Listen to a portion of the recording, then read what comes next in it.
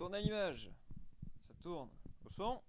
Bonjour à tous, on se retrouve pour notre vidéo résultat qui est la deuxième partie de la vidéo sur les Oscars. Dans la première vidéo j'avais fait les pronostics, maintenant on va passer aux résultats. On a eu une sacrée nuit. C'est parti! Première catégorie de la soirée, meilleure actrice dans un second rôle. J'avais prédit Teyana Taylor et c'est au final Amy Madigan qui l'a eu. Trop content qu'elle l'ait, performance dans un film d'horreur, que 15 minutes à l'écran et pourtant quand tu sors de la salle tu te souviens que d'elle. Elle a une carrière de fou, elle était super dans Gone Baby Gone, un film de Ben Affleck que je vous recommande qui est vraiment super. J'ai perdu un point sur ça, mais en même temps j'étais assez content comme vous pouvez le voir. Amy Madigan. Meilleur film d'animation, j'avais prédit Keep Up Demon Hunter et c'est Keep Up Demon Hunter qui l'a eu. Pas vraiment grosse surprise, je me suis assuré un point. Nickel. Il y a d'ailleurs eu une très bonne performance sur scène après où il y a eu les deux musiques qui ont été mises sur scène. Il y avait Golden de Keep Up Demon Hunter, il y avait toute la salle qui avait des petites lumières, c'était super sympa, on voyait Spielberg avec sa lumière, c'était génial. Et il y avait la performance de Highlight to You qui était extraordinaire. Incroyable. Donc c'est là où je vais commencer à assembler un peu les catégories pour que ça aille un peu plus vite. Meilleur costume, meilleur make-up et meilleur décor. Ces trois prix là sont partis à Frankenstein. Donc là je me suis assuré 3 points de plus. Je me suis régalé. Oscar logique, tant tous les films de Guillermo del Toro ont une direction artistique absolument dingue. Les Oscars aiment beaucoup Guillermo del Toro. C'était logique qu'il gagne les 3. Et en même temps, dans toutes ces catégories, c'était carrément Frankenstein le meilleur. Frankenstein va s'arrêter là au niveau des Oscars. Mais là où il a gagné, il le mérite vraiment. On passe à la nouvelle catégorie, meilleur casting. C'était un peu compliqué de prédire ça parce que du coup, on n'avait pas vraiment de lien avec d'autres éditions où on pouvait se dire « Ah, ça peut peut-être être ça, ça peut peut-être être ci ». Là, c'était du pifomètre. J'avais prédit Hamnet et c'est au final une bataille après l'autre qui a gagné. Christopher, c'est pas du tout ça. C'est Cassandra Clunkundis qui a gagné. Mérité de fou. Elle fait tous les films de Paul Thomas Anderson depuis quasiment 30 ans. Son travail était absolument dingue sur une bataille après l'autre. Rien que le fait d'avoir casté Chase Infinity dans son premier gros film, c'était un choix merveilleux. Mérité. Je perds un point, mais je suis pas non plus le seul. Je suis content qu'elle l'ait. Et c'est pile à ce moment-là, quand elle a gagné meilleur casting, que je me suis dit j'ai fait le bon choix de dire que ça allait être la nuit Paul Thomas Anderson. C'est vraiment à ce moment-là, avec ce prix-là, où j'ai senti le truc pivot, où je me suis dit c'est sa soirée, il va tout gagner. Et vous allez voir, j'ai réussi. Meilleur acteur dans un second rôle, j'avais prédit Sean Penn et c'est Sean Penn qui l'a eu. Alors pourquoi je rigole? Parce que le mec a fait 0 campagne, il était même pas là dans la salle et c'est lui qui a gagné. Il gagne son 3e Oscar. Sean Penn rentre donc dans la catégorie très fermée des acteurs qui ont 3 Oscars avec Walter Brennan, Jack Nicholson et Daniel Day-Lewis. Il renforce un peu plus sa légende, en plus avec un rôle assez extraordinaire. Meilleur scénario adapté, j'avais dit que ça allait être Paul Thomas Anderson qui allait l'avoir. Et c'est Paul Thomas Anderson qui l'a eu, incroyablement mérité. Oscar à la fois de carrière et à la fois pour juste son scénario pur. C'est le film le mieux écrit de toute cette catégorie. C'est un mec qui réalise et qui écrit tous ses films depuis 30 ans. Il a écrit des très grands films, des très grands scénarios. Il fallait bien qu'il l'ait un jour. Il l'a maintenant. Bah je suis très heureux, j'étais content. And the Oscar goes to One Battle After Another, Paul Thomas Anderson.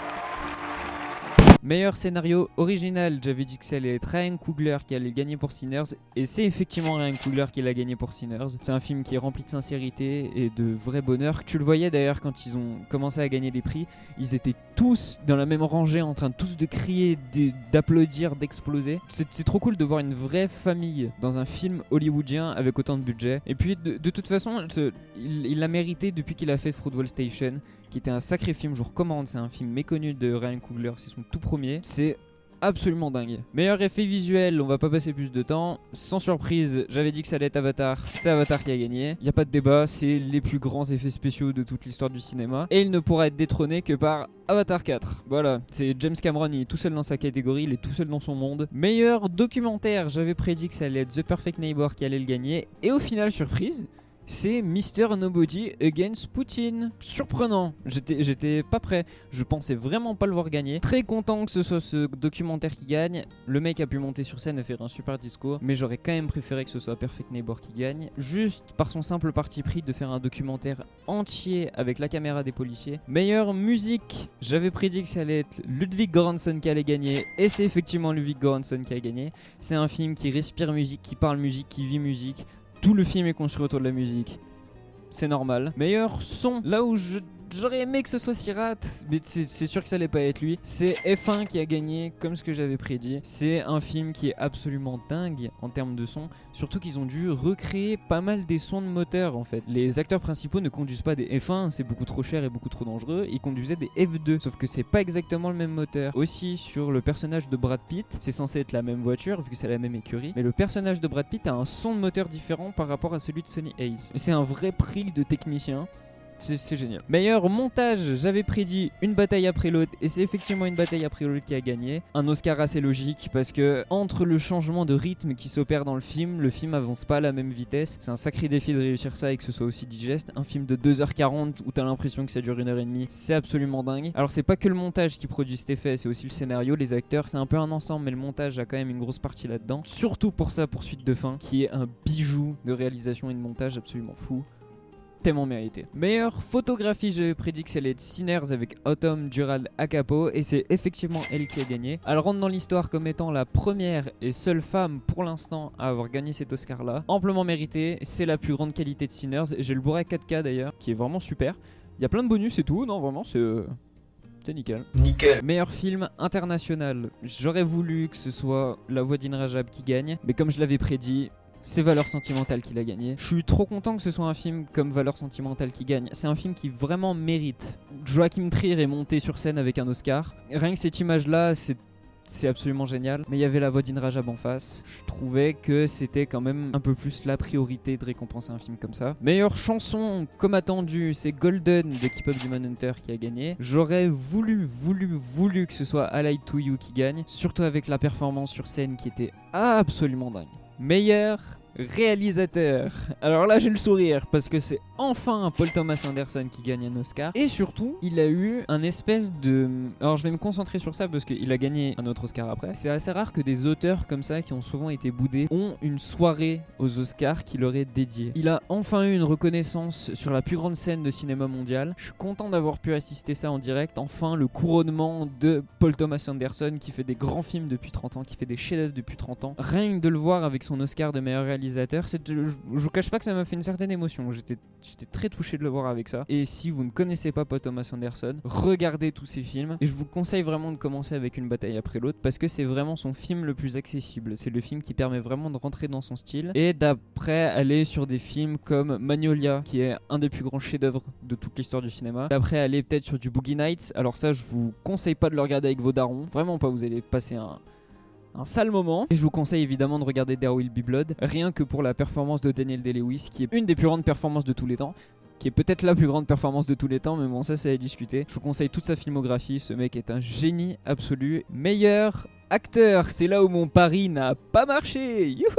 J'avais personnellement prédit que ça allait être Leonardo DiCaprio et c'est au final Michael B. Jordan qui l'a eu. Ah, quand même à la surprise générale, c'est quand même un titre historique. Personne n'a jamais gagné avec juste le SAG Award, mais je trouve qu'on lui manque beaucoup trop de respect à Michael B. Jordan. C'est quand même un acteur absolument dingue. C'est un mec qui a un soin absolument dingue. Il veut toujours donner la meilleure performance qu'il puisse donner. C'est un mec qui sait quand il va tourner une scène, il sait exactement où la caméra va être placée, avec quel objectif, quel rendu ça va donner. Et c'est aussi un truc qui est beau parce que il a une grande collaboration avec Ryan Coogler. Ryan Coogler a fait tous ses films avec lui depuis son premier, depuis Fruitvale Station jusqu'à Black Panther en passant par Creed.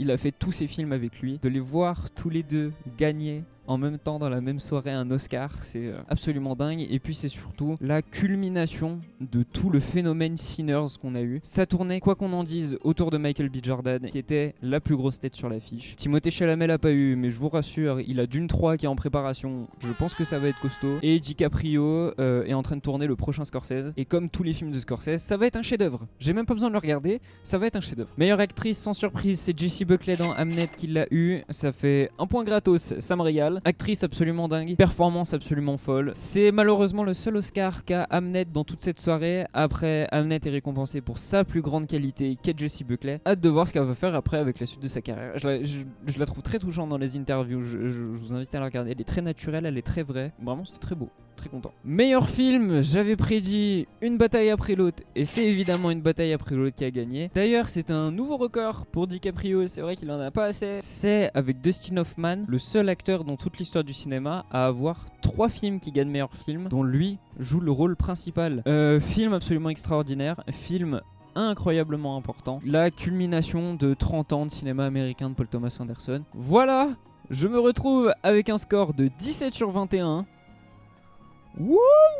Très content de tous les prix qui ont été décernés cette année. Évidemment, le grand gagnant de la soirée, c'est Une bataille après l'autre avec 6 Oscars au total. Suivi de près par Sinners qui en a 4 et de Frankenstein qui en a 3. Marty Suprême a malheureusement 0 Oscar. Très content que les deux films qui ont gagné le plus de récompenses soient Une bataille après l'autre et Sinners, parce que je pense vraiment que si on faisait un voyage dans le temps et qu'on regardait les films des années 2020, je pense que ce sera vraiment les deux films les plus cités comme étant les meilleurs films de notre décennie. Une bataille après l'autre et Sinners sont carrément devenus cultes. Voilà, petite vidéo résultat pour ces Oscars là, j'ai cartonné cette année. C'est enfin la fin de la saison des awards aux États-Unis. On va avoir plein d'autres films cette année.